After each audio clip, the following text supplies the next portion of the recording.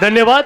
यानंतर तुमच्या आमच्याशी संवाद साधण्यासाठी येत आहेत सर्वसामान्य कात्रजच्या जनतेचा आवाज म्हणून जे कात्रजचा जनता जनार्दन ज्यांच्याकडे पाहतो ते तुमच्या आमच्या सर्वांचे लाडके तात्या वसंतराव मोरे तात्या तुमच्या आमच्याशी बोलण्यासाठी येत आहेत।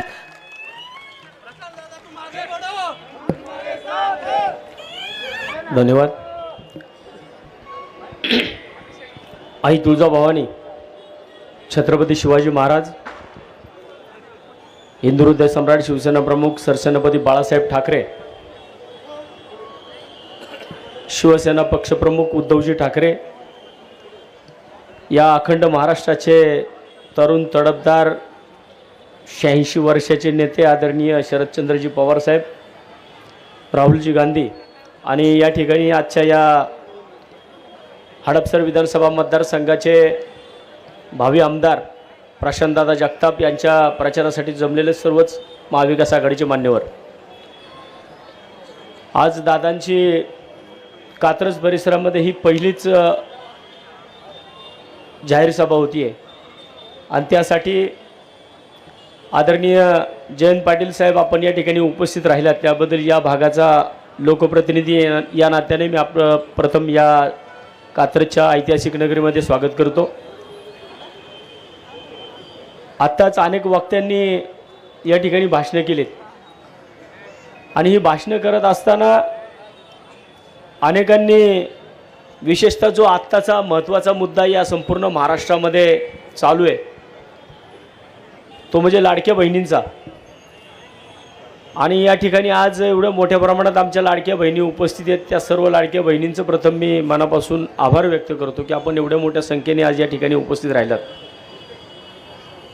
कालच्यालाच खासदार धनंजय महाडिक साहेबांची संपूर्ण महाराष्ट्राने सभा पाहिली आणि त्या सभेमध्ये या राज्यातला खासदार कशा प्रकारे दादागिरीची भाषा करतो, कशाच्या जीवावरती भाषा करतो ही सुद्धा आपण सर्वांनी पाहिली आहे की आदरणीय खासदार जर लाडक्या बहिणींना स्टेजवरतून दम देत असतील, याच्यामध्ये काँग्रेसच्या प्रचाराला कोण कोण उपस्थित राहतात त्यांचे सेल्फी काढा, त्यांचे फोटो काढा आणि ते मला पाठवा, मग मी ठरवतो कुणाकुणाला पैसे द्यायचे आणि कुणाकुणाला नाही द्यायचे। मला वाटतं की ही दादागिरी तुम्ही सर्वांनी पाहिली आहे। निवडणुका होण्याच्या अगोदरच जर या लोकांची अशा प्रकारे भाषा येत असेल तर आपण सर्वांनी विचार केला पाहिजे की महाडिकांनी खासदारांनी काय त्यांच्या प्रॉपर्टीमधनं 1,500 रुपये तुम्हाला दिलेले नाही आहेत। हे जे तुम्हाला 1,500 मिळतात ते तुमच्याच पैशामधले, तुमच्याकडनं जो टॅक्स रुपये पैसा गोळा केला जातो त्याच्यातलेच पैसे येते। आदरणीय जयंत पाटील साहेब आपण या राज्याचे द्रष्टे नेते आहात। मी कालच एक उदाहरण सांगतो। कालच्याला मी मार्केट यार्डमध्ये गेलतो दादा आणि मार्केट यार्डमध्ये मी एक भात कापणीचं मशीन बघत होतो। त्या भात कापणीच्या मशीनला दादा 1,40,000 रुपये किंमत सांगितली। मी त्याला विचारलं अण्णा याच्यावरती सबसिडी किती आहे? त्यांनी सांगितलं 40% सबसिडी आहे दुकानदाराने। म्हणजे 1,40,000चं ते मशीन मला 80,000त मिळणार होतं। त्याला मी विचारलं की सबसिडीचं काय, तर त्या दुकानदाराने सांगितलं आत्ता हे दादा सबसिडीचे पैसे हे सगळे लाडक्या बहिणींना वळवलेत, त्यामुळे आता सबसिडी काही मिळणार नाहीये। त्याच्यानंतर तुम्ही लक्षात घ्या शेतकऱ्यांची अवजारं खरेदी करायचे पैसे जर लाडक्या बहिणींकडे वळवले असतील, जे शेतकरी बांधव जे आत्महत्या करतात त्या विधवा भगिनींना जे पैसे दिले जातात त्यांचं सुद्धा अनुदान बंद केलं गेलंय। या महाराष्ट्रातल्या अपंगांचं अनुदान बंद केलं गेलंय। अनेक अनुदान बंद करून आज तो सगळा पैसा लाडक्या बहिणींकडे वळवलाय। आणि आज आपण आपला टीव्ही लावला, आपला रेडिओ लावला तर पहिल्यांदा त्याच्यावरती कुठली जाहिरात येते तर हीच जाहिरात येते। आणि त्याच्यामध्ये या सरकारच्या बाबतीमध्ये पहिलं एक वाक्य उच्चारलं जातं ते कुठलं, हे सरकार पडलं तर सरकार 100% पडणार आहे। म्हणून त्यांना भीती वाटतेय की सरकार पडलं तर गन पॉइंटवर ही लोक तुमच्या आमच्याकडनं म्हणून भारतीय जनता पार्टी युतीला मतदान करा. कशा करता? आज महाविकास आघाडीने सुद्धा जो पंचसूत्री जाहीर केली आहे त्या पंचसूत्रीमध्ये महिला भगिनींना 3000 रुपये देण्याचं आश्वासन दिलंय. तेव्हा आपण लक्षात घ्या की ह्या लोकांनी जर द्यायचे असते तर यांनी असे थोडे थोडे 1000, 1500, 2000 असे नसते केले. दिवाळीच्या तोंडावरती बोनस द्यायला आपण कितीही गरीब माणूस असेल तर या राज्यातला कितीही गरीब असेल तो दिवाळीला 10,000 रुपये तरी खर्च करतो. आणि ह्या लोकांना वाटलं की आम्ही 1500 दिले म्हणजे लोकांची दिवाळी आम्ही केली. परंतु या राज्याचं दिवाळं काढण्याचं काम या सरकारने केलंय. तेव्हा आपण सर्वांनी या गोष्टी लक्षात घेतल्या पाहिजेत. दादा 2009ला मी या भागामध्ये हडपसर विधानसभा मतदारसंघात निवडणूक लढवली 2009ला. आणि 2009ला या कात्रजनेच या हडपसर विधानसभा मतदारसंघाचा आमदार ठरवला. आणि 2019ला सुद्धा ज्यावेळेस पुन्हा एकदा मी या कात्रजमध्ये निवडणूक लढवली त्यावेळेस सुद्धा या कात्रजने मला 24,000 मतदान दिले. आणि या कात्रजनेच या हडपसर विधानसभा मतदारसंघाचा आमदार ठरवलाय. त्यामुळे आपण लक्षात घ्या की पुन्हा एकदा कात्रजच तुम्हाला या हडपसर विधानसभा मतदारसंघाचा आमदार केल्याशिवाय राहणार नाही. कारण आमच्याकडे तेवढं मतदान आहे. आमच्या भागामध्ये गेल्या सातत्याने 15 वर्ष लोक आमच्यावरती विश्वास ठेवतात. तेव्हा आपण या भागामध्ये जास्तीत जास्त वेळ द्यावा. आपल्या कार्यकर्त्यांनी इथं वेळ द्यावा. आणि मी आज पहिल्यांदा दादा सांगतो की दादा महापौर असताना प्रशांत दादा ज्यावेळेस महापौर होते मी सुद्धा सभागृहामध्ये होतो. दादा अतिशय चांगल्या पद्धतीने या पुणे महानगरपालिका त्यांनी हँडल केली की ज्यांना त्या सभागृहामध्ये महापौराच्या खुर्चीवरती बसल्यानंतरनं दादा ज्या पद्धतीने काम करत होते सगळ्या पक्षांना समजून घेण्याचं काम, प्रत्येकाला बोलण्याची संधी देण्याचं काम दादांनी केलं. आणि या 2017 ते 2022 या 5 वर्षामध्ये आम्ही पुन्हा एकदा सभागृहामध्ये होतो. 100 नगरसेवकांचं 5वी बहुमत असणारी भारतीय जनता पार्टी कशा प्रकारे काम करत होती ते आम्ही सर्वांनी पाहिलेलं आहे. त्यामुळे माझी कात्रजकरांना सुद्धा विनंती आहे की हे 5वी बहुमत असणाऱ्या भारतीय जनता पार्टी आणि राष्ट्रवादी काँग्रेस यांच्या उमेदवाराला कोणत्याही परिस्थितीमध्ये मतदान करू नका. महाविकास आघाडीच्या प्रशांत दादा यांना मतदान करा. कारण प्रशांत दादा हा अतिशय चांगले कार्यकर्ते आहेत. गेल्या 10 वर्षापासून सातत्याने पुणे शहराच्या विकासाची कामं दादांच्या माध्यमातून झालीत. दादा माझ्या आयुष्यातला प्रशांत दादा माझ्या आयुष्यातली पहिली सभा आहे. मी राष्ट्रवादीच्या स्टेजवरती आहे. पाटील साहेबांना माझी विनंती आहे, पाटील साहेब माझी तुम्हाला एक विनंती आहे. माझ्या आयुष्यातली माझी पहिली सभा 15 वर्ष मी नगरसेवक आहे इथं, पण माझ्या आयुष्यातली पहिली सभा आहे. मी राष्ट्रवादी काँग्रेसच्या स्टेजवरती पहिल्यांदा बसलो आहे. भविष्यात मला कायम या ठिकाणी शिवसेना महाविकास आघाडी म्हणून बसता यावं यासाठी आपण सातत्याने प्रयत्न करावेत. ही माझी तुम्हाला विनंती राहील की आमच्या कल्पनाताई या ठिकाणी आहेत की त्यासुद्धा माझी नगरसेविका आहेत. आम्ही आहोत या ठिकाणी. या प्रभागामध्ये 4 शिवसेनेचे नगरसेवक आहेत. तेव्हा भविष्यामध्ये ज्यावेळेस आपण महाविकास आघाडी म्हणून या राज्यामध्ये आपलं सरकार स्थापन करू त्यावेळेस या पुणे महानगरपालिकेमध्ये सुद्धा महाविकास आघाडीचा महापौर या पुणे महानगरपालिकेवर बसला पाहिजे यासाठी आपण सर्वांनी प्रयत्न केले पाहिजेत. एवढं मी या ठिकाणी सांगेन. आणि आता कालच्यालाच सगळ्यांनी पाहिलं असेल टी व्हीवरती बुलढाण्यामध्ये दादा ही निवडणूक जाहीर झाल्यापासून एकट्या बुलढाण्यामध्ये ताई 100 कोटी रुपये पकडले गेलेत. 100 कोटी बुलढाण्यामध्ये, एकट्या बुलढाण्यात 4 विधानसभा मतदारसंघ मिळून 100 कोटी रुपये पकडले गेलेत. म्हणजे विचार करा आमच्या बहिणींना जर ह्यांनी 1,500 दिले असतील आणि ह्यांच्या आमदारांना ह्यांनी जर 50 कोटी दिले असतील, आपल्यावर कोण उपकार करत नाहीये. कुणाच्या पदरचे पैसे कुणी दिलेले नाही, त्यांच्या प्रॉपर्टी विकून तुम्हाला पैसे दिलेले नाही आहेत. ते तुमचेच पैसे आहेत आणि ते तुमचे पैसे आज या माध्यमातून तुमच्या समोर येतात आहे. आणि तुम्ही सर्वांनी या पहिल्यांदा जर या महाराष्ट्रामध्ये पैसे कुठं पकडले गेले असतील तर या शिवापूरमध्ये पहिले 5 कोटी पकडले. आणि ते 5 कोटी कुणाचे होते सांगायची गरज नाहीये. तेव्हा आपण सर्वांनी या गोष्टी लक्षात घ्या की या महाराष्ट्रामध्ये जी अराजकता माजली आहे ही अराजकता जर आपल्याला कुठं थांबवायची असेल तर महाविकास आघाडी हा एक पर्याय. आपण सर्वांनी एक गोष्ट लक्षात घेतली पाहिजे. आदरणीय शिवसेना पक्षप्रमुख उद्धवजी ठाकरे यांना कशा प्रकारे पाय उतार व्हावं लागलं आणि त्या विषयाचा जर आपल्याला बदला घ्यायचा असेल, ज्या पद्धतीने या राज्यामध्ये पक्ष फोडून सत्ता स्थापन करण्याची कामं होतात, या जर सगळ्या गोष्टी थांबवायच्या असतील तर महाविकास आघाडी याचे उमेदवार या हडपसर विधानसभा मतदारसंघाचे, आणि याच ठिकाणी साहेब हा मतदारसंघ साहेब असा आहे की आपण आता इथं बसलोय, इथं हा हडपसर विधानसभा आहे, ह्या चौकातनं पुढे गेलं की खडकवासला विधानसभा आहे आणि या ब्रिजच्या पलीकडे गेलं की पुरंदर विधानसभा आहे. म्हणजे या माझ्या महानगरपालिकेच्या वार्डामध्ये 3 लोकसभा आणि 3 विधानसभा आहेत.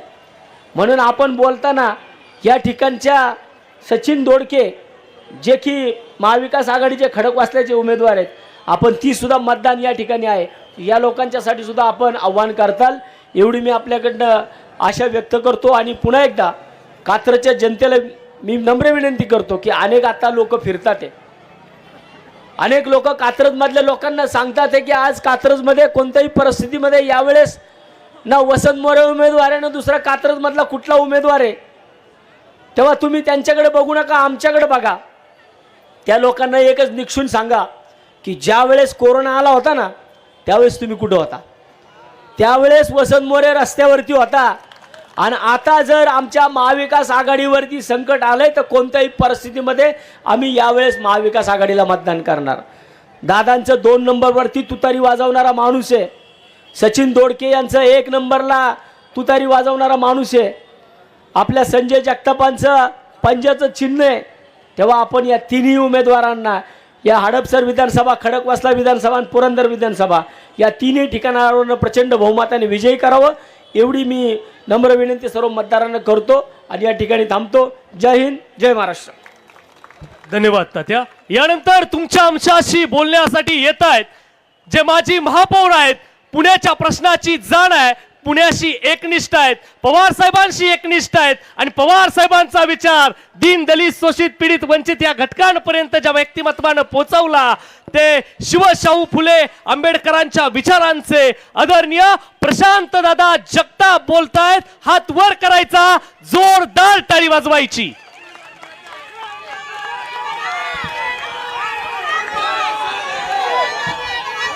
आजच्या सभेचे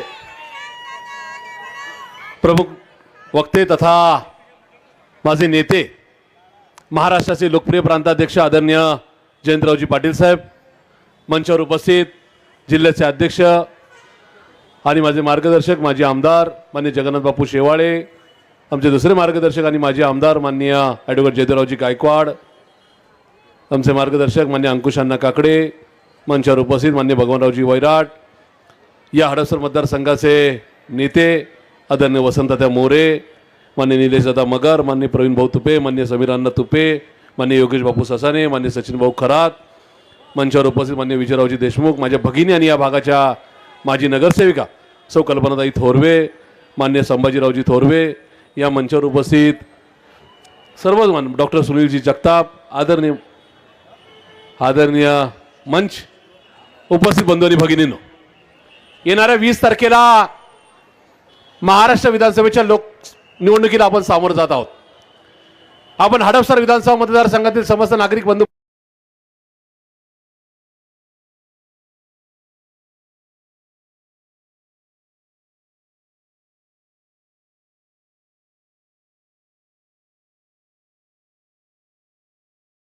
निर्मिती झाली. 9ला एक आमदार निवडून आले, ते 14ला पडले. 14ला जे आमदार निवडून आले ते 19ला पडले आणि जे 19ला निवडून आले ते 24ला नक्की पडतील याची मला खात्री आहे. पण या तिन्ही आमदारांनी नेमकं आपल्या मतदारसंघाला काय दिलं या सगळ्याचं पोस्टमॉर्टम करण्याची वेळ ही तुम्हाला 20 तारखेला तुमच्या समोर आलेली आहे. नेमकं हडपसर विधानसभा मतदारसंघाने काय मिळवलं, कात्रजकरांनी काय मिळवलं आणि काय गमावलं हे ठरवणारी ही निवडणूक आहे. आताच्या आमदारांचं उदाहरण द्यायचं जर झालं तर 5 वर्षामध्ये तब्बल 4 वर्ष सत्तेत राहण्याचा विक्रम यांनी प्रस्थापित केलेला आहे. पहिली 2.5 वर्ष महाविकास आघाडी आणि त्याच्यानंतर पुढची 1.25 वर्ष महायुती. काय तर विकासाच्यासाठी मतदारसंघाच्या भल्यासाठी मी सत्ताधारी पक्षाबरोबर गेलोय अशा प्रकारची वल्गना करणारे आमदार यांनी नेमकं आपल्या मतदारसंघाला काय दिलंय याचा हिशोब विचारण्याची या ठिकाणी तुमच्यासमोर वेळ आलेली आहे.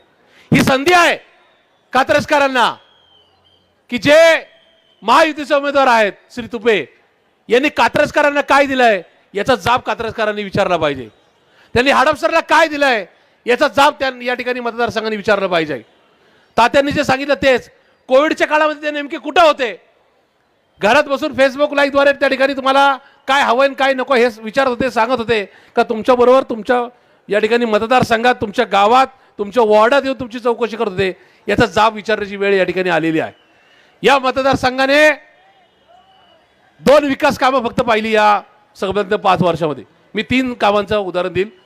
2 कामाच्या संदर्भात पहिले सांगेल, ज्याचं एक उद्घाटन झालं तो मांजरीतला रेल्वेवरचा उड्डाणपूल आहे. त्या उड्डाणपुलाचं काम हे मागचे आमदार मान्य योगेश टिळेकर यांच्या काळात चालू झालं आणि त्याचं उद्घाटन या काळामध्ये मागच्या 1 वर्षभरापूर्वी झालं. अर्थात तब्बल 7.5 वर्षात तो पूल चालू झाला. ही सुद्धा नोंद आपण सगळ्यांनी घेतली पाहिजे. दुसरा एक उड्डाणपूल आहे तो अर्थात नदीवरचा आहे, ज्याचं उद्घाटन करता आलं नाही कारण की विधात्यांनी वेगळाच विचार केला होता. मागच्या आमदारांनी त्या मांजरी खुर्द आणि मांजरी बुद्रुक यावरच्या पुलाची निर्मिती करण्याच्या संदर्भातलं एस्टिमेट केलं होतं श्री योगेश टिळेकर यांनी. हे आमदार निवडून आले आत्ताचे आणि त्या चेतन तुपेंनी त्या पुलाची उंची कमी केली, रुंदी कमी केली, 4 पदरीच्या ऐवजी 2 पदरी घेतला आणि यावर्षी निवडणूक डोळ्यासमोर ठेवून त्याचं उद्घाटन करण्याचं ठरवलं. पण विधात्याच्या मनात वेगळं होतं आणि या ठिकाणी माझे सहकारी मान्य समीर अण्णा तुपे, निलेशजी मगर, मान्य योगेश बापू ससाने, मान्य प्रवीण भाऊ तुपे आणि शैलेंद्र बिल्लेकर या मंचावर आहेत. या पावसाळ्याच्या अगोदर उद्घाटन करायचं ठरवलं. पाऊस खूप जोराचा झाला. पावसाचं पाणी नदीच्या नवीन ब्रिजवर आलं. पोलिसांनी तो ब्रिज बंद केला. त्याच्या खूप टीका झाली, त्याच्यामुळे त्याचं उद्घाटन करता आलं नाही. मग त्याच्यामुळे तुम्हाला ब्रिजमध्ये पैसे खाणारा आमदार हवा आहे का ब्रिज व्यवस्थित करणारा आमदार हवा आहे याचा निर्णय घेण्याची वेळ 20 तारखेला तुमच्या समोर येणार आहे. जर जी 2 विकास कामं तुमच्या समोर आलेली आहेत, ज्या विकास कामांचा या आमदाराशी काही संबंध नाही, तर त्या ठिकाणी तुम्ही ठरवायचं की तुम्हाला नेमका कसा आमदार हवा आहे.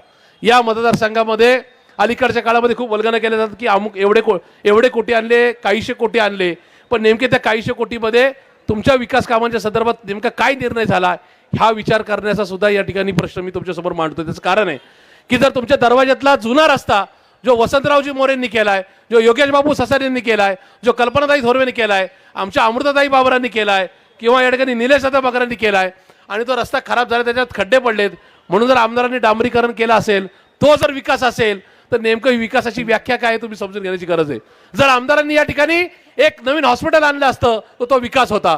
जर आमदारांनी या ठिकाणी चांगलं एक नवीन गार्डन आणलं असतं तर तो विकास होता. आमदारांनी जर राज्य शासनाच्या मदतीने एखादी शाळा, एखादं कॉलेज आणलं असतं तर तो विकास होता.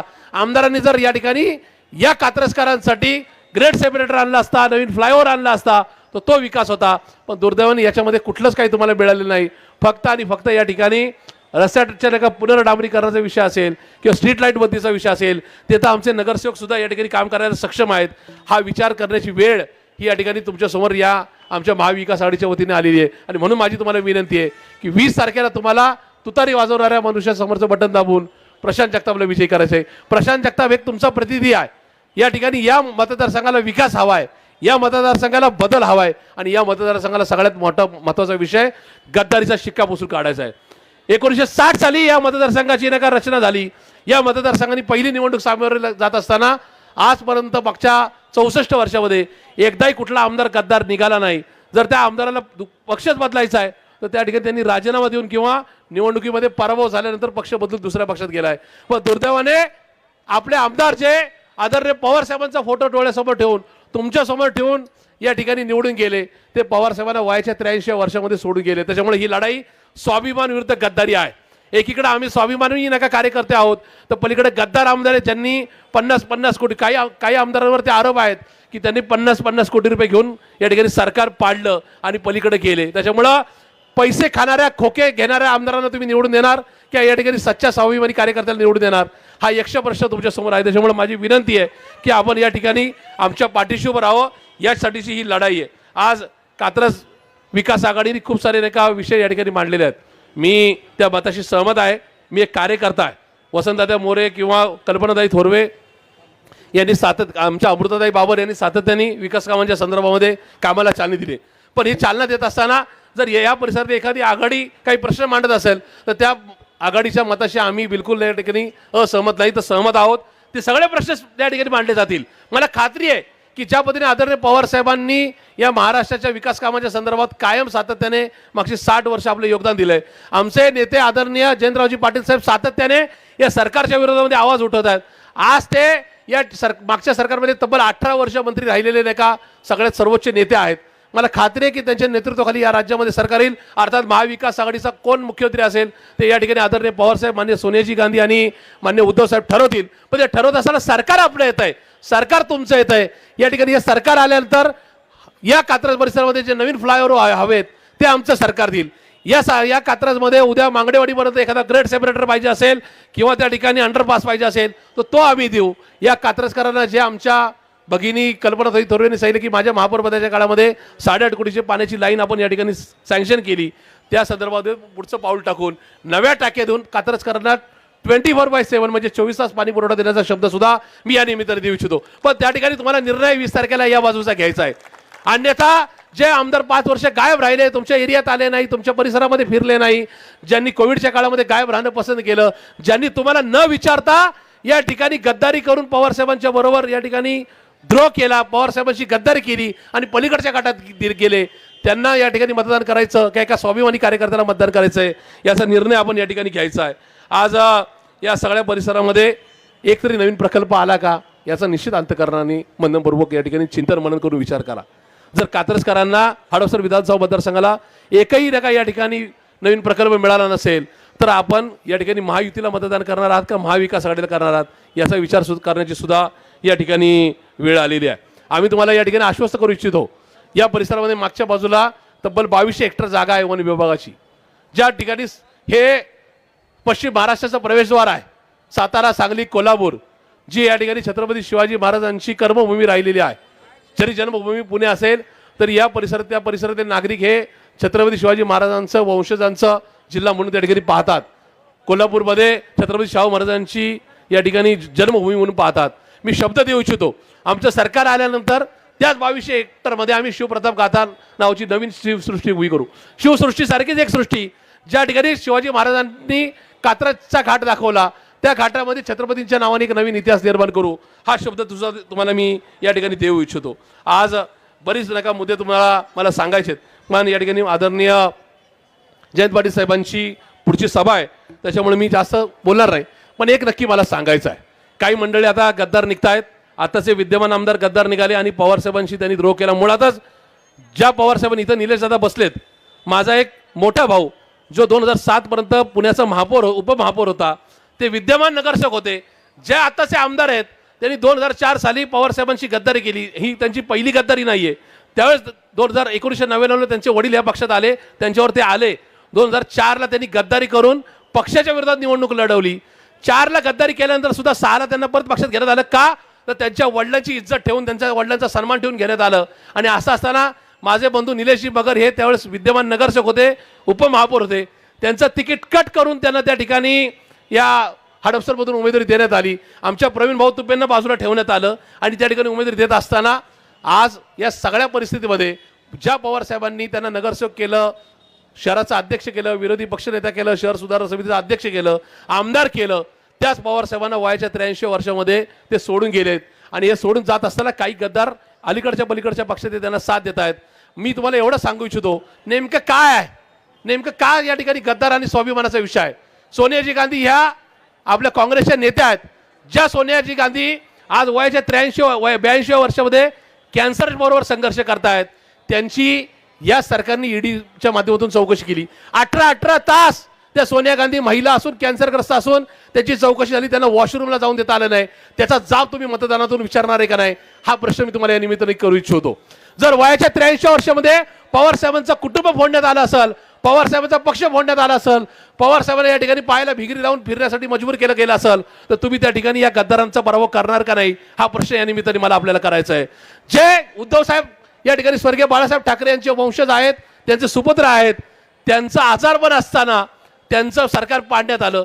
त्यांच्या मुलावर नाहक या ठिकाणी बदनामीचे नका आरोप करण्यात आले, त्यांच्यावर गुन्हा दाखल करण्याची भाषा करण्यात आली आणि ज्या गद्दारांनी या मातोश्रीच्या माध्यमातून पदं मिळवली त्याच गद्दारांनी मातोश्री कुठल्या पैशातून बांधली गेली अशा प्रकारचे प्रश्न उभे केले.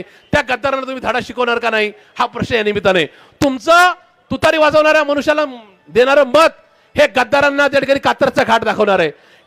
तुम्ही मला देणारं मत हे या ठिकाणी या मतदारसंघामध्ये गद्दारांना जागा नाही हा संदेश या राज्याला देणार आहे. त्याच्यामुळे प्रशांत जगतापला तुम्ही मतदान करत असताना प्रशांत जगतापला मतदान करणार नाही तर महाराष्ट्राच्या संस्कृतीला मतदान करणार आहात, महाराष्ट्राच्या स्वाभिमानाला मतदान करणार आहात. आणि म्हणून माझी तुम्हाला नम्रतेची विनंती आहे की 20 नोव्हेंबर 2024च्या मतदानाच्या दिवशी सकाळी 7 ते सायंकाळी 6 पर्यंत जे मतदान आहे, कदाचित तुमचं मतदानाचं नाव इकडे तिकडे टाकलं गेलं असेल.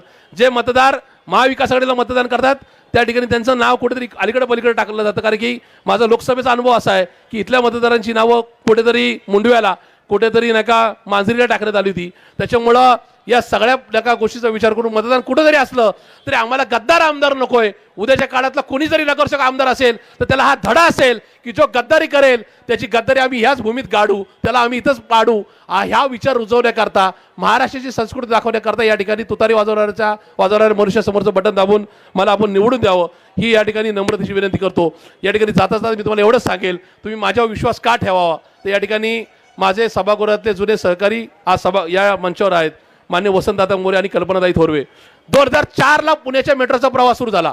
पुणे पिंपरी चिंचवड महानगरपालिकेने ठराव मांडले, राज्य सरकारने मान्य जयंत पाटील साहेबांच्या या नेतृत्वाखाली त्या ठिकाणी ते ठराव मान्य करून दिल्ली शहरांना पाठवले. काही काळ ते सगळे रेंगाळले.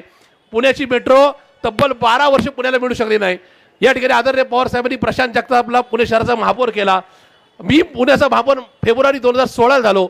पुढची 4-5 महिने सातत्याने त्या फाईल हलवल्या आणि माझ्या महापौर पदाच्या काळामध्ये पुण्याच्या मेट्रोचं भूमिपूजन झालं डिसेंबर 2016 आणि आज पुण्याला मेट्रो मिळाली.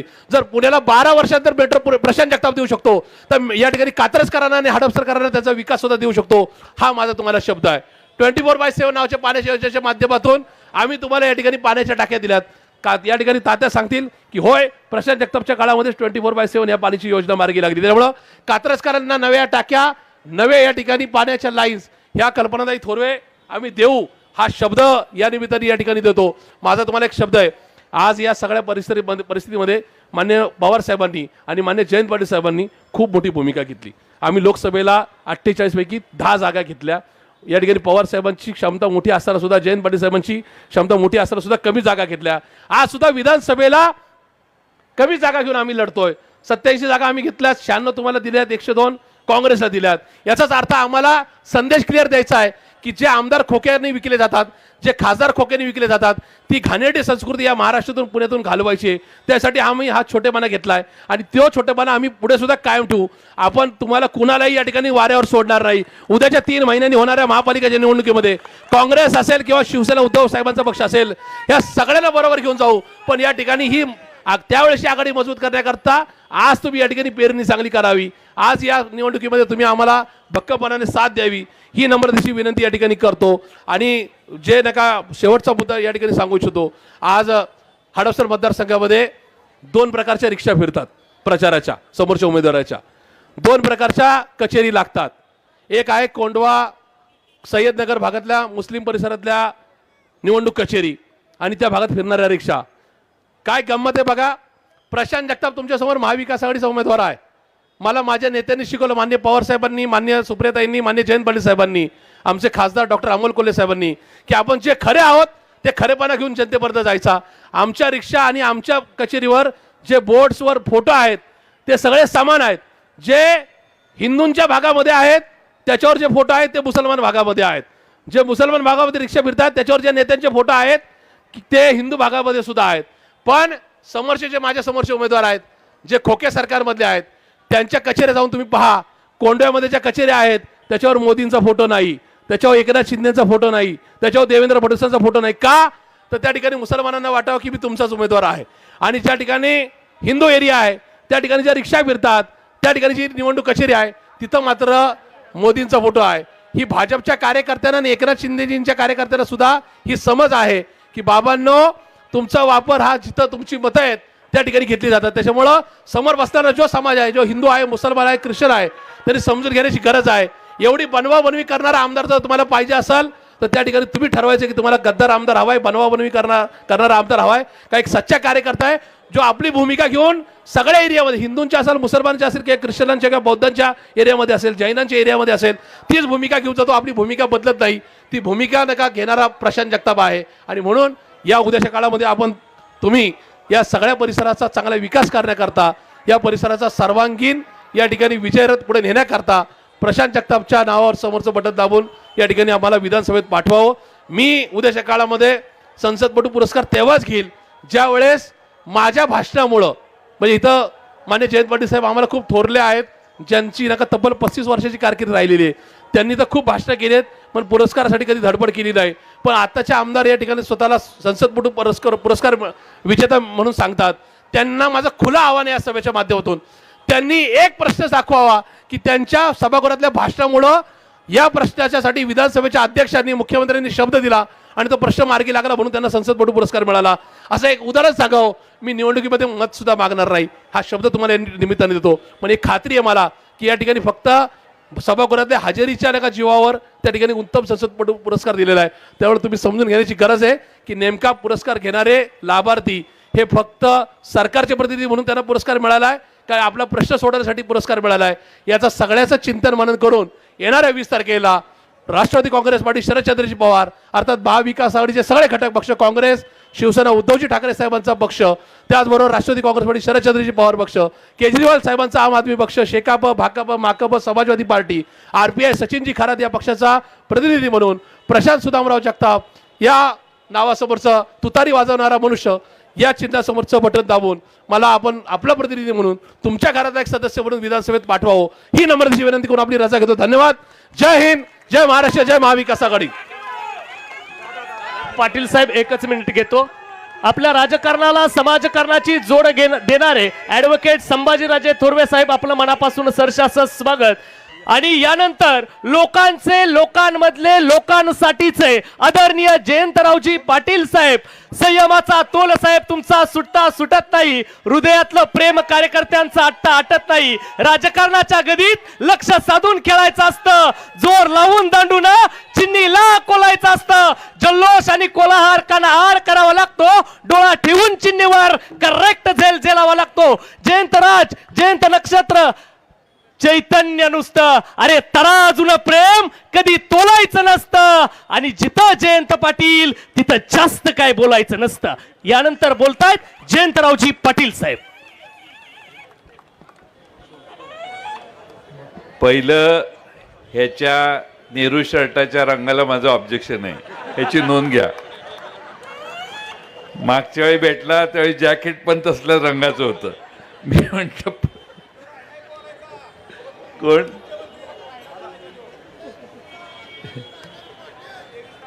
आपल्या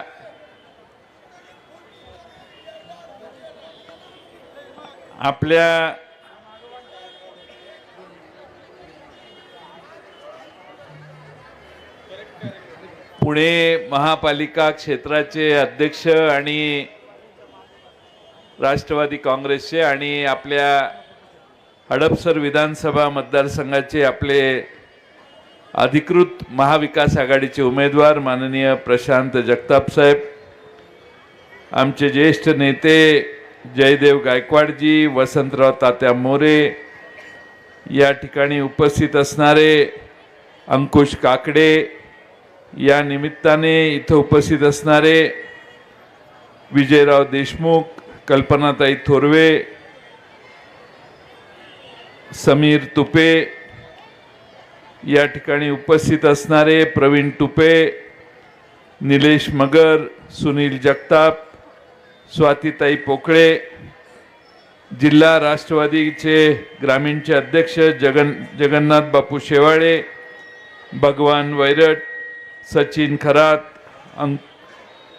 या ठिकाणी उपस्थित असणारे योगेश ससाने, नामदेव भाऊ गोरपडे, दिलीप शंकर तुपे, डॉक्टर सुनील जगताप, या ठिकाणी उपस्थित असणाऱ्या रत्नप्रभा जगताप, आपले आप पक्षाचे धनंजय बेनकर, या निमित्तानं उपस्थित असणाऱ्या या ठिकाणी मंजिरीताई दांडगे, किशोर कांबळे, वंदनाताई मोडक, गीतांजली जाधव, हेमंत बदे, नामदेवराव घोरपडे, पप्पू गोलप, रोहित साळवे, डी के कदम, सुरेखा दमिष्टे, दिलशा अत्तार, रतन भंडारे, ॲडव्होकेट औदुंबर खुणे पाटील, व्यासपीठावरील सर्वच मान्यवर आणि बंधू भगिनींनो,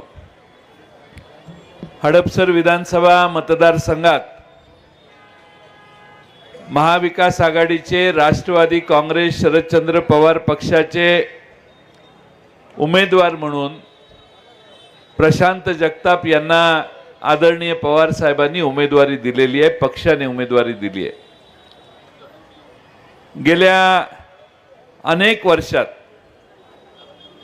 या शहराचं महापौर म्हणून त्यांच्याकडून काम झालेलं आपण सगळ्यांनी पाहिले. या शहराचा पक्षाध्यक्ष पक्ष फुटल्यावर ती जबाबदारी त्यांनी समर्थपणाने पुढे चालवली. महाराष्ट्रातल्या सगळ्या जिल्हा अध्यक्षात हे एकमेव जिल्हा अध्यक्ष आहेत की ज्यांनी ठामपणाने फुटणाऱ्या बाजूला सांगितलं, मला तो मार्ग पसंत नाही, भारतीय जनता पक्षाच्या मार्गाने आम्ही कधी आयुष्यात येणार नाही.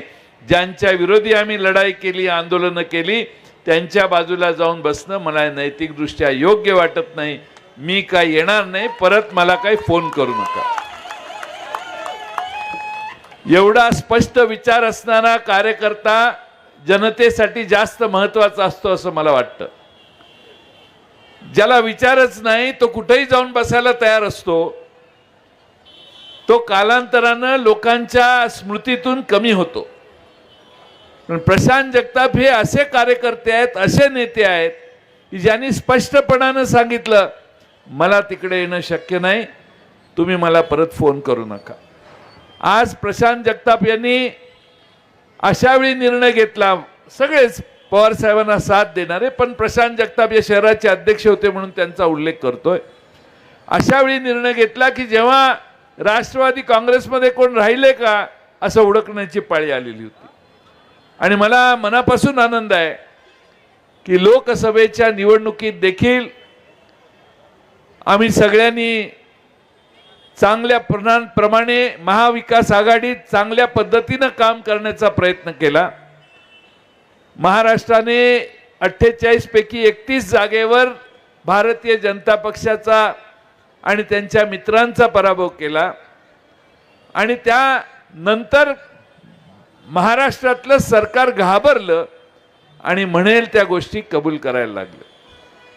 महाराष्ट्रामध्ये सामान्य जनतेने महाराष्ट्रातलं आणि दिल्लीचं सरकार आम्हाला नापसंत आहे हे यापूर्वी लोकसभेत जाहीर केलेलं आहे, स्पष्ट केलेलं आहे.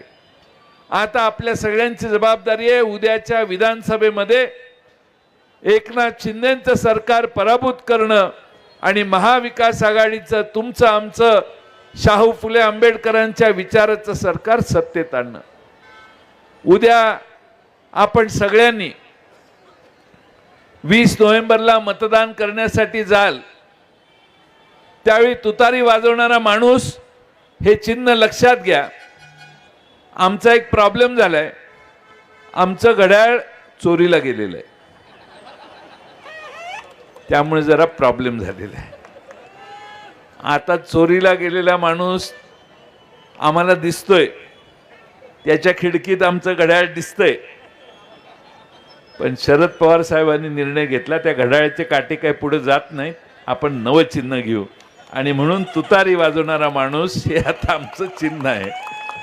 आणि अंकुश काकडे साहेब, जेव्हापासून तुतारी आमच्या हातात आली आहे, जेव्हापासून शरद पवार साहेबांनी तुतारीसह रायगडावर जाऊन छत्रपती शिवाजी महाराजांच्या समोर ती तुतारी अर्पण केली, तेव्हापासून तुतारी महाराष्ट्रभर घुमते आहे.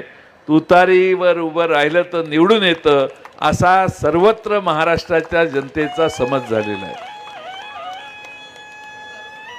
आज आपल्या सर्वांना या निमित्तानं अनेक प्रश्नांची चर्चा या ठिकाणी होऊ शकते. एवढी ट्रॅफिक आहे की त्या हिंजवडीतले प्रकल्प पुणे सोडून बाहेर निघाले. या पुणे शहरातल्या ट्रॅफिकवर अनेक वर्ष ज्यांनी या शहरात आणि या जिल्ह्यात सत्ता भोगली त्यांनी या पुणे शहरातल्या ट्रॅफिकवर एकही उत्तर काढलं नाही.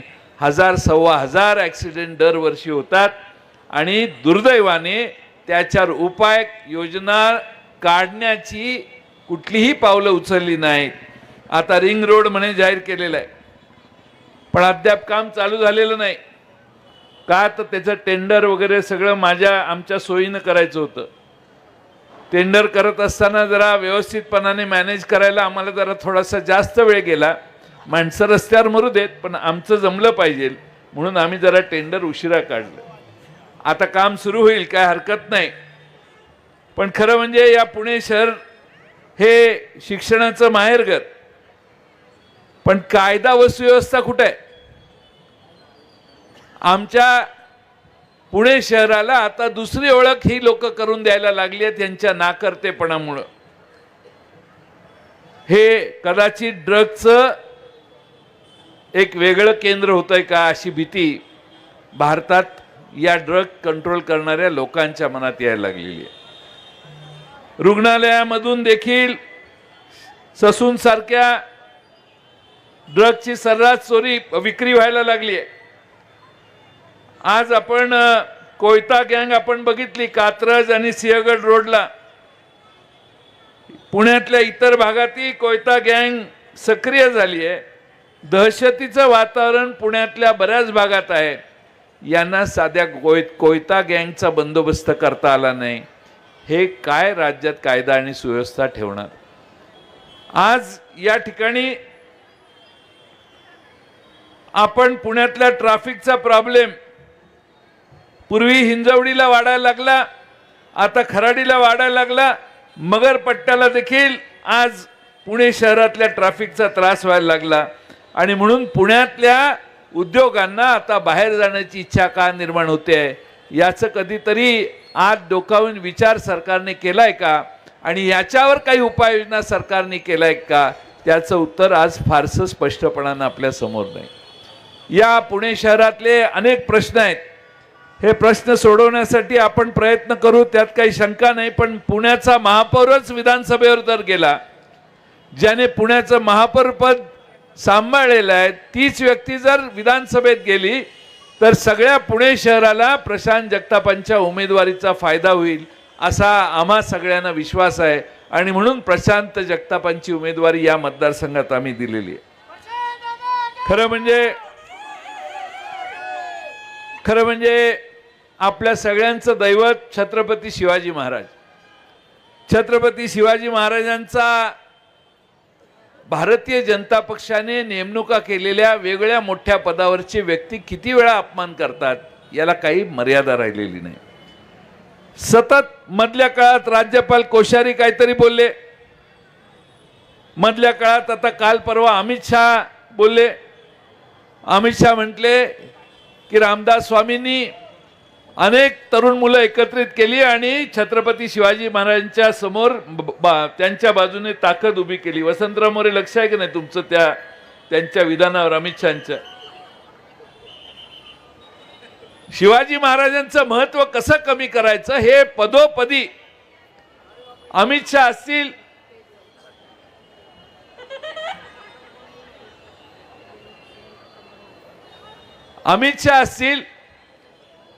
आणि अमित शहांच्या बरोबर ह्या भारतीय जनता पक्षाचे सगळे नेते महाराजांचा खोटा विचार आणि खोट्या असा इतिहास समोर मांडायचा प्रयत्न करतात. काल परवा अलीकडच्या काळामध्ये आपण थोडंसं बारकाईनं बघितलं तर केंद्र सरकार आणि महाराष्ट्राचं सरकार यांचा प्रचार काय तर डबल इंजिनचं सरकार असलं तर जरा जास्त पैसे मिळतील. मागचं केंद्र सरकारचं बजेट बघितलं तर सगळं बजेट बिहार आणि आंध्र प्रदेशला गेलं. महाराष्ट्राच्या पदरात भोपळा आला, काही पैसे दिले नाहीत. तिथं 40-40, 50-50 हजार कोटी त्या राज्याला मिळाले. आणि यांचं डबल इंजिनचं सरकार, यांना कुणी दिल्लीत विचारत नाही, दिल्लीनं आम्हाला काही फार पैसे दिले नाहीत. खरं म्हणजे आपल्या सगळ्यांना माहिती आहे की नाही माहीत नाही, अलीकडे राज्य सरकारने एक विधानसभा संपता एक कायदा विधानसभेत मांडला. जालियनवाला बाग हत्याकांड तुम्हा सगळ्यांना माहिती आहे. 13 एप्रिल 1919 म्हणजे 105 वर्षापूर्वीचं सांगतोय. रोलेट ऍक्ट म्हणून ब्रिटिश सरकारने एक कायदा केला आणि त्या ठिकाणी रोलेट ऍक्टच्या कायद्याला विरोध करणाऱ्यांना कायद्यात तरतूद काय होती तर विना वॉरंट अटक करायचं, विशेष ट्रायब्युनलमध्ये खटला चालवायचा, विना खटला जेलमध्ये डांबून ठेवायचं, असे सगळे अधिकार सरकारने ब्रिटिश सरकारने स्वतःकडे घेतलेले. आता कालच्या पावसाळी अधिवेशनात सरकारने एक कायदा आणलाय. लक्षपूर्वक ऐका, कार्यकर्त्यांनी तर ते ऐकलंच पाहिजे. महाराष्ट्र विशेष जनसुरक्षा अधिनियम 2024 या नावाने यांनी कायदा आणलाय. मी असं म्हणतो हे फडणवीसांचा कायदा आहे, फडणवीस कायदा असं आपण त्याला सध्या नाव देऊ. त्यामध्ये काय तरतुदी आहेत की ते तुमचं घरदार जप्त करू शकतात. एवढंच नाही तर तुमच्या घराच्या बाहेर जर पशुधन असेल, म्हैशी असतील, गायी असतील, गुरं असतील तर ती जप्त करू शकतात आणि तुम्हाला कोणत्याही परिस्थितीत विना परवाना अटक करून तुरुंगात ठेवू शकतात. आज आपण सगळ्यांनी याचा बारकाईने अभ्यास केला. आम्ही त्याला विरोध केला म्हणून आता जॉईंट सिलेक्ट कमिटीकडे तो कायदा केलाय. पण मानसिकता काय तर महाराष्ट्रामध्ये कोणी आंदोलन केलं, प्रशांत जगतापांनी आंदोलन केलं तर त्यांना आत घालायचा अधिकार त्यांच्याकडे आहे. किती दिवस काय दिवस हे सगळे अधिकार त्या कायद्यात त्यांनी स्वतःकडे घेतलेले आहेत. आणि म्हणून माझी आपणा सगळ्यांना विनंती आहे की सरकारचा डोकं ठिकाणावर नाही आहे असा वारंवार प्रत्यय आम्हाला मागच्या 2-2.5 वर्षात आला. आम्ही शहरात राहणारी लोक, महागाईला तोंड प्रचंड मोठ्या प्रमाणात आपण सगळ्यांनी दिलं. महागाईला तोंड देत असताना मागची दिवाळी कशी गेली तुम्हाला माहिती आहे. मागच्या दिवाळीमध्ये आपल्याला मागच्या वर्षी 20,000 रुपयात दिवाळी एखाद्या कुटुंबाने केली असेल तर तशीच दिवाळी करायला यावर्षी 30-35 हजार रुपये लोकांचे गेले. तेलाचा डबा 500 रुपयाने वाढला. काय काय वाढलं हे आमच्या भगिनींना मी सांगायची गरज नाही. महागाई प्रचंड वाढली, महागाई कमी पडायला लागली म्हणून त्याच्यावर GSTचा कर प्रचंड मोठ्या प्रमाणात केंद्र आणि राज्य सरकारने आकारला. मी सगळीकडे हे उदाहरण देतो. माझा एक कार्यकर्ता बुलेट घेऊन आला नारळ फोडायला, उद्घाटन करायला. मी म्हटलं कितीला घेतली? तो म्हटला 2.25 लाखाला घेतली. अरे म्हटलं मागच्या वर्षी 1.5 लाखाला होती, असं कसं झालं? नाही म्हटलं 28% कर देऊन आणले साहेब. म्हणजे 2.25 लाखातले जवळपास 60-70 हजार रुपये हे करात गेले आणि उरलेली किमतीत त्यानं बुलेट घेतली. कर गेला सरकारच्या तिजोरीत. तुम्ही तुमचं घर जर 50,000 रुपयात चालवत असाल तर सरासरीने 18% तुम्हाला GST भरावा लागतो. सगळ्या ॲव्हरेज काढलं तर 5% 28%पर्यंत. 18% म्हणजे तुमचे 9 ते 10 हजार रुपये महिन्याला जातात. वर्षाला या सरकारला 1,00,000-1.25 लाख रुपये तुम्ही देता. तुम्ही वर्षाला महिन्याला 1 लाख रुपये खर्च करत असाल तर तुम्ही 2-2.25 लाख रुपये या सरकारला देता आणि तुमचा संसार चालवण्यासाठी वेगळे पैसे तुम्ही खर्च करता.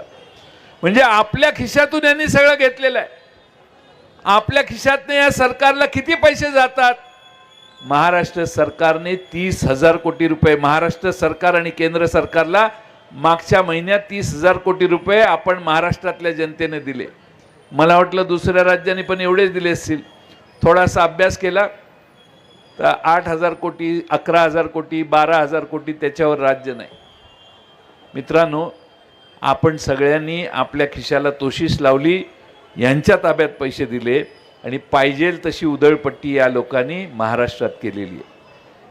आपण सगळ्यांनी दुसरा एक महत्त्वाचा प्रश्न लक्षात घ्या. आपल्या घरातली तरणी बाण पोरं कामाशिवाय फिरतायत. बेरोजगारी महाराष्ट्रात प्रचंड वाढली आहे.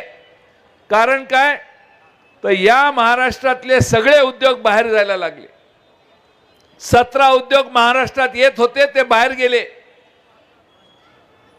फॉक्सकॉन नावाचा एक प्रकल्प, तळेगावला 1.5 लाख पोरांना नोकऱ्या लागल्या असत्या आपल्या, तो तिकडे गेला. टाटा एअरबस नावाची कंपनी गेली, आपल्या महाराष्ट्रात येणार होती. 20-25 हजार कोटीची गुंतवणूक होती, 7-8 हजार पोरांना नोकऱ्या लागल्या असत्या.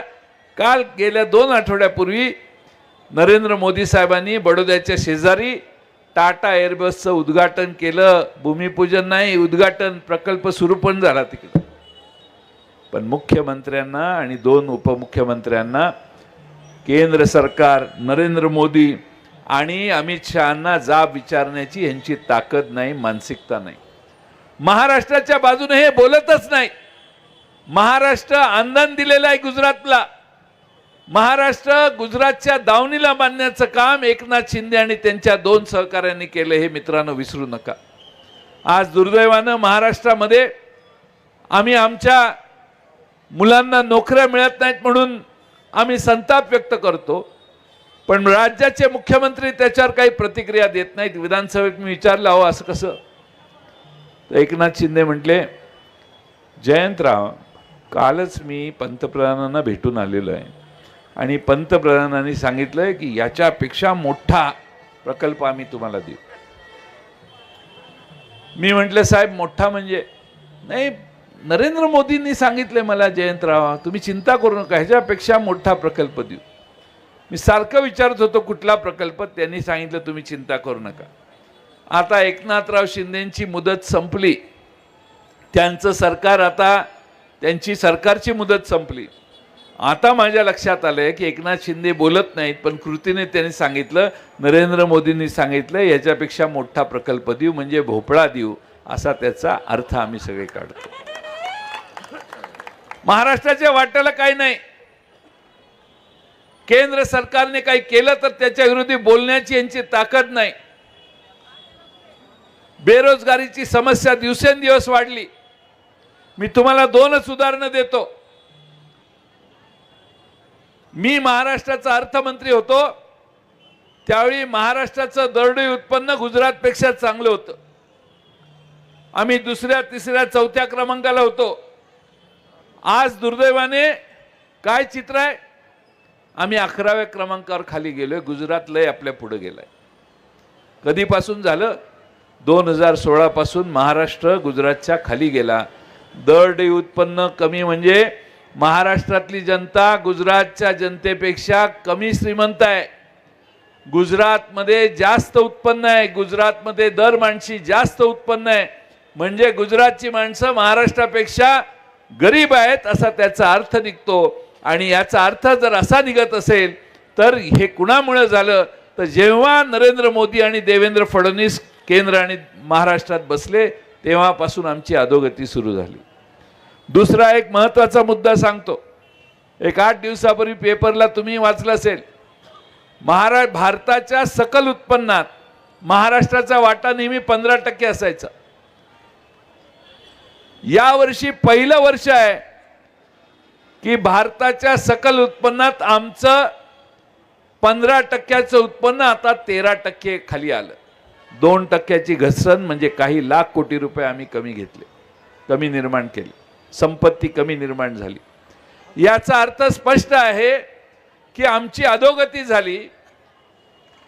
भारतीय जनता पक्षाच्या नेतृत्वाखालच्या दिल्लीने आणि एकनाथ शिंदेंच्या महाराष्ट्रातल्या सरकारने आमची अधोगती केली. आणि याचा जाब त्यांना उद्याच्या निवडणुकीत मित्रांनो आपण सगळ्यांनी विचारला पाहिजे. आज आपण सगळ्यांनी बघितलं की लोकसभेच्या नंतर सरकार घाबरलं. एवढं घाबरलेलं सरकार मी कधी यापूर्वी, मी 35 वर्ष विधानसभेत झाले, एवढं घाबरलेलं सरकार मी कधी बघितलं नाही. आणि घाबरून सगळ्या गोष्टी जाहीर केल्या, सगळ्या गोष्टी जाहीर केल्या. भ्रष्टाचार काय काय कुठं कुठं करायचा याची मर्यादा राहिली नाही. मी मगाशी सांगितलं, छत्रपती शिवाजी महाराजांचा इतिहास बदलण्याचं काम ही लोक करायला लागली. गुजरातला यांनी महाराष्ट्र आंदोलन दिला म्हटलं, त्याचा एक दुसरा मुद्दा सांगतो. मधल्या काळात देवेंद्र फडणवीस साहेबांनी भाषण केलं, लहान मुलांनी देखील, तुम्ही आम्ही सगळ्यांनी इतिहास वाचलाय. छत्रपती शिवाजी महाराजांनी सुरत 2दा लुटली. सुरतेवर हल्ला छत्रपती शिवाजी महाराजांनी केला आणि 2दा सुरत लुटली. देवेंद्र फडणवीस असं म्हटले की छत्रपती शिवाजी महाराज हे सुरतेला गेले, सुरतेवर त्यांनी स्वारी केली आणि ते परत आले. सुरत त्यांनी लुटली नाही. जे इतिहासात लिहिलेलं आहे, जे लहानपणापासून आम्ही सगळे वाचतोय, ऐकतोय आणि जी सत्य परिस्थिती आहे, ज्या सुरतेतनं लूट आणली आणि महाराष्ट्रातले गडकोट किल्ले उभारण्याचं काम छत्रपती शिवाजी महाराजांनी महाराष्ट्रात करून दाखवलं, ते कमी लेखण्याचा हा वेगळा प्रयत्न देवेंद्र फडणवीस आज महाराष्ट्रात करतायत. त्याच्या पुढे जाऊन मी सांगतो, छत्रपती शिवाजी महाराजांचा गडबडीत यांनी पुतळा उभा केला. मोदी साहेबांनी उद्घाटन केलं.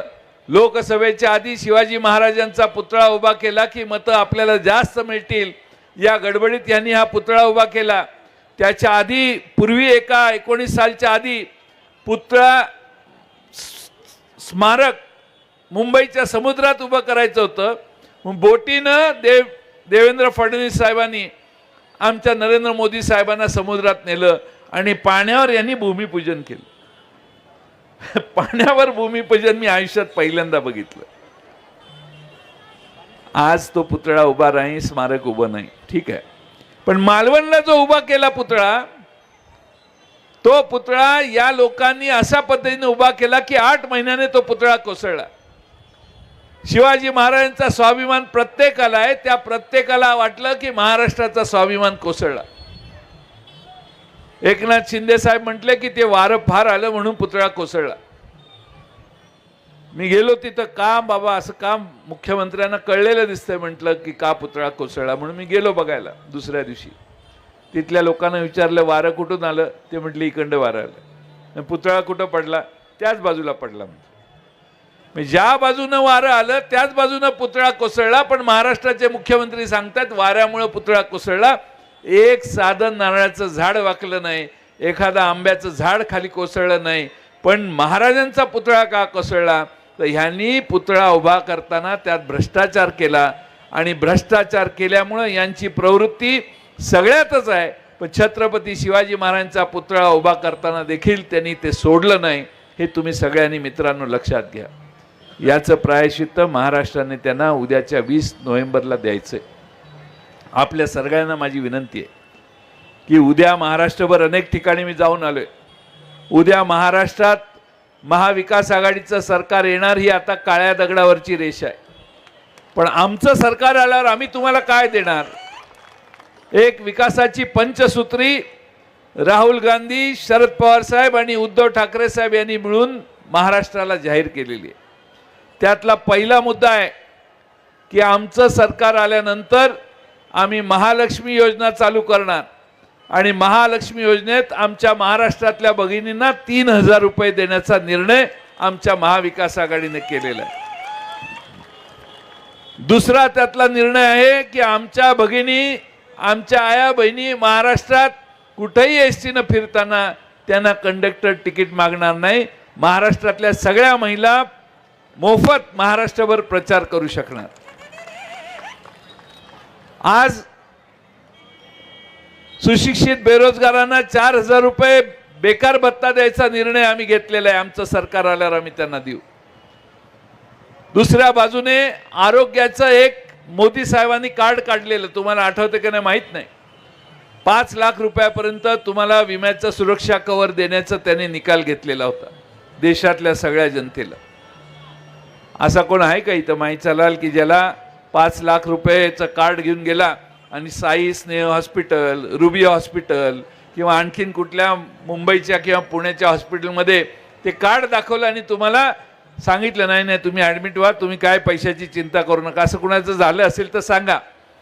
झालं असेल तर आम्ही मागं घेतो. मोदी साहेबांनी अनेक घोषणा केल्या, त्यातली एक घोषणा होती. पण आमच्या महाविकास आघाडीने निर्णय घेतलेला आहे की महाराष्ट्रातल्या सामान्य जनतेचे कुटुंबाचा विमा 25 लाख रुपयापर्यंत आम्ही काढू. तो सामान्य माणूस कुठल्याही हॉस्पिटलमध्ये गेला त्याचे 5 जण किंवा 7 जण जे काही घरात असतील त्या सगळ्यांचा मिळून 25 लाख रुपयाचा विमा काढू आणि त्याच्यावर येणारा खर्च हा सरकार सोसेल आणि हॉस्पिटलला डायरेक्ट त्याची इन्शुरन्स कंपनीच्या मार्फत पेमेंट करू, ही भूमिका आता आम्ही स्वीकारलेली आहे. मी ह्या सगळ्या गोष्टी यासाठी सांगतोय. मग कर्जमाफीचाही शेतकऱ्यांचा निर्णय आहे, पण तो तुम्हाला इथं सांगून उपयोग नाही आज, कारण तुम्ही शहरात राहणारे नागरिक आहात. पण हे आपल्या सगळ्यांना का सांगतोय, तर आमचं सरकार आल्यावर हे सगळं आम्ही करू शकतो. आज आपल्या सगळ्या भगिनींना आणि सगळ्या पुरुषांना विनंती आहे, विशेषतः सगळ्या पुरुषांना जे कुटुंबासहित आलेले नाहीत त्यांना घरी जायचं आणि माझं एक काम करायचं, घरात जायचं आणि पहिली चर्चा जेवताना करायची, सांगायचं तो दाढीवाला 1,500 रुपये देत होता, ह्यो आज बाबा आलाय तो 3,000 रुपये द्यायला तयार आहे. तेवढं माझं काम करा. तेवढं काम केलं की विषय संपला. आता आम्हाला लोक म्हणतात ह्यांच्या बापालाही हे करता येणार नाही. अरे 9 वर्ष राज्याचा अर्थमंत्री राहिलोय.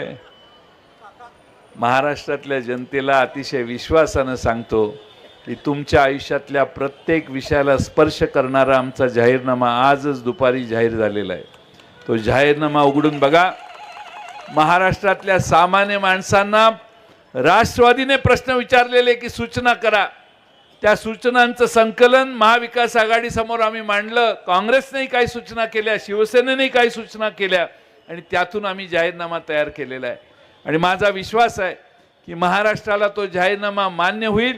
महाराष्ट्र त्या जाहीरनाम्याच्या मागे उभा राहील आणि महाराष्ट्राला पुन्हा एकदा पूर्वीचे जुने दिवस आणायचे असतील, महाराष्ट्र कायदा व सुव्यवस्थेत पुन्हा पुढे न्यायचा असेल, महाराष्ट्रातली महागाई कमी करायची असेल, महाराष्ट्रातल्या आया बहिणींना पुरेसं संरक्षण द्यायचं असेल, तर तुम्हा सगळ्यांना माझी विनंती आहे की आपल्या मतदारसंघामध्ये प्रशांत जगताप हा आमचा उमदा आणि तुम्हा सगळ्यांचा आवडता नेता या ठिकाणी उभा केला आहे. शेवटी पैशानं सगळं मोजणारी माणसं समोरच्या बाजूला आहे. आता पैसे एवढे खर्च होतील की तुम्हाला काय घाई झाली का? जरा थांबा ना. पैसे एवढे मोजले जातील, पैसे एवढे खर्च होतील, पैशाने आपण काही करू शकतो असं समजणारी पुढं आहेत. पैशाने मराठी जनता इमान विकणार नाही हा आमचा सगळ्यांचा विश्वास आहे. शिवसेना फोडली, खोके देऊन फोडली असं महाराष्ट्र नाही देश म्हणतो. आमचा पक्ष फोडला, तो कशामुळे फोडला हे भुजबळ साहेबांनी काल परवा सांगितलेलं आहे. भुजबळ साहेबांनी सांगितलं, मी ओबीसी असल्यामुळं मला फार त्रास झाला, सेंट्रल एजन्सी ईडी वगैरे सीबीआयचा मला फार त्रास झाला असं भुजबळ साहेब म्हटलेले आहे. ओबीसींना त्रास देण्याच्या संदर्भात केंद्र सरकारच्या यंत्रणा एवढ्या तत्पर होत्या आणि बाकीच्या सगळ्यांना ईडीच्या नोटीस आलेल्या होत्या, ईडीची चौकशी चालू होती. भुजबळ साहेब म्हटले आम्ही सगळे एकत्रित बसलो, चर्चा केली आणि विषय संपवला, आम्ही तिकडे निघून गेलो. शरद पवार साहेबांना सोडण्याचं कुठलंही तात्विक कारण नाही. नरेंद्र मोदींचे मुद्दे पटतात म्हणून विषय नाही, नरेंद्र मोदी फार चांगले आहेत म्हणून ही लोक तिकडे गेलेली नाहीत. ही खोलात विहिरीत पडलेली, त्यातनं बाहेर येण्यासाठी नरेंद्र मोदींच्याकडे जाण्याचं काम यांनी केलं. यांना साधन सुचिता नाही. जेवढे जेवढे म्हणून तिकडे गेले आमच्यातले आमदार, त्या सगळ्यांच्या मागं कमी जास्त प्रमाणात भोंगे होते म्हणून ते सगळे तिकडे गेले. आणि म्हणून पारदर्शी, स्पष्ट, निष्ठेनं, प्रामाणिकपणानं राजकारण करणाऱ्या प्रशांत जगतापच्या मागे तुम्ही उभा राहा. माझी तुम्हाला कळकळीची विनंती आहे. प्रशांत जगताप या भागाचं नेतृत्व करताना मला आनंद आहे. व्यासपीठावर सर्व पक्ष, वसंतराव मोरेजी, आपण आता मशाल घेतलेली आहे. आम्ही तुमच्या हातात तुतारी पण कधी देऊ शकतो. आमची माझे ते आवडते नेते आहेत. मी ते काही त्यांचं स्टेटमेंट आलं की लगेच बघत असतो की काय वसंतराव मोरे म्हटले. लोकसभेला पण त्यांच्यावर माझं फार लक्ष होतं, पण चुकून भेट झाली म्हणून मी आपलं सांगितलं. पण आपलं काय तसा प्लॅन नाही आहे. पण सांगण्याचा मुद्दा की आज प्रशांत जगतापांच्या मागे तुम्ही सगळे उपस्थित आहात. काका चव्हाण पण आलेले आहेत. काका चव्हाण खडकवासल्याचा उमेदवार निवडून आलाय असं समजून इथं येऊन खुर्चीवर बसलेले आहेत. त्यामुळं ती पण सीट आमची निवडून येणार, ही पण सीट निवडून येणार आणि आता पर्वतीला आमची सभा आहे ती सीट निवडून येणार. कारण पुणेकरांनी ठरवलंय भारतीय जनता ते भारतीय कोण इथं मंत्री आहेत ना, सहकार मंत्री मोहोळ, कोण मुरलीधर मोहोळ, त्यांनी कुठेतरी भाषण केलं तिकडे येऊन की जयंत पाटलांच्या कारखान्याला एवढे एवढे पैसे दिले तरी जयंत पाटील असं बोलतात. अरे मी माझ्या कार्यकारी संचालकाला विचारलं किती पैसे आले आपल्याकडं, आपण कुणाचे कधी घेतले का, मी कधी जाऊन कोणाला विनंती केली का, नाही म्हटले तसं काही झालेलं नाही. पण हे 50 वर्षात 20 वर्षात 10 वर्षात ती बेरीज केली असेल तर माहीत नाही म्हटले. पण NCDCचा दुरुपयोग करून सगळ्या कारखान्यांना वाकवण्याचं काम आज देशाचं सरकार करते. आमच्या अनेक आमदारांना तिकडे जाण्याचं प्रमुख कारण ते आहे. पण सांगण्याचा मुद्दा असा की मुरलीधर मोहोळांना जरा राजाराम बापू कारखान्यावर जरा एकदा घेऊन जातो, कारखाना कसा चालवायचा असता ते त्यांना दाखवतो. मी काही खाजगी कारखाने काढलेले नाहीत. खाजगी कारखाने काढून माझी प्रॉपर्टी वाढवण्याचा उद्योग मी केलेला नाही. मी सहकारात आहे. सहकारी क्षेत्रातल्या कारखानदारीचा एक नाही 4 कारखाने राजाराम बापू कारखाने काढले, पण खाजगी नाही, सहकारी काढले. ते लोकांच्या मालकीचे आहेत, या जयंत पाटलाच्या मालकीचे नाहीत. आणि म्हणून मुरलीधर मोहोळांना एकदा घेऊन जायचंय. तुमची प्रशांत ओळख असेल तर मला जरा त्यांच्याशी बोला आणि त्यांना म्हणा निमंत्रण आहे साखराचं आमच्या कारखान्याचं, तुम्हाला सहकार मंत्री म्हणून बोलू. महाराष्ट्रात कारखाने चालवायचे असतात कसे हे दाखवण्याचं काम निश्चितपणानं आम्ही सगळे करू. पुन्हा एकदा मी आपल्या सगळ्यांना विनंती करतो की आपण या ठिकाणी कात्रज विकास आघाडी नमेश बाबरांची आहे. त्यांनी काही सूचना पत्रच दिलेलं आहे. कुठे गेले नमेश बाबर? नाही आहेत. बरं, पत्र मिळाले सांगा त्यांना. त्यातले सूचना आपलं सरकार आल्यावर निश्चितपणानं त्याची अंमलबजावणी आम्ही करू. नमेश बाबर हे देखील प्रशांत जगतापांच्या प्रचारात सहभागी होतील अशी आम्ही त्यांची विकास आघाडी सहभागी होईल, कारण आम्ही त्यांचे मुद्दे मान्य करतोय. निश्चितपणानं त्यांना देखील आम्ही विश्वासात घेऊ. पण हे जे ट्रॅफिक आहे तुमच्या आयुष्यात परिणाम करणारं ट्रॅफिक आहे. घरातनं बाहेर केल्यावर तासभर झाला तरी माणूस ऑफिसमध्ये पोचत नाही. ऑफिसमधनं घरी यायचं झालं तर 1.5 तास संध्याकाळी ट्रॅफिकमध्ये माणूस अडकतो.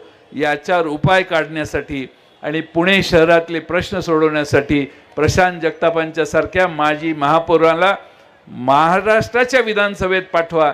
मी तुम्हाला सांगतो की महाराष्ट्राच्या विधानसभेत अतिशय उत्तम काम ते करतील आणि त्यांना आपल्या सगळ्यांनी तुतारी वाजवणाऱ्या माणसाच्या चिन्हावर मतदान करून विजयी करा एवढीच विनंती करतो आणि माझे 2 शब्द पूर्ण करतो. धन्यवाद.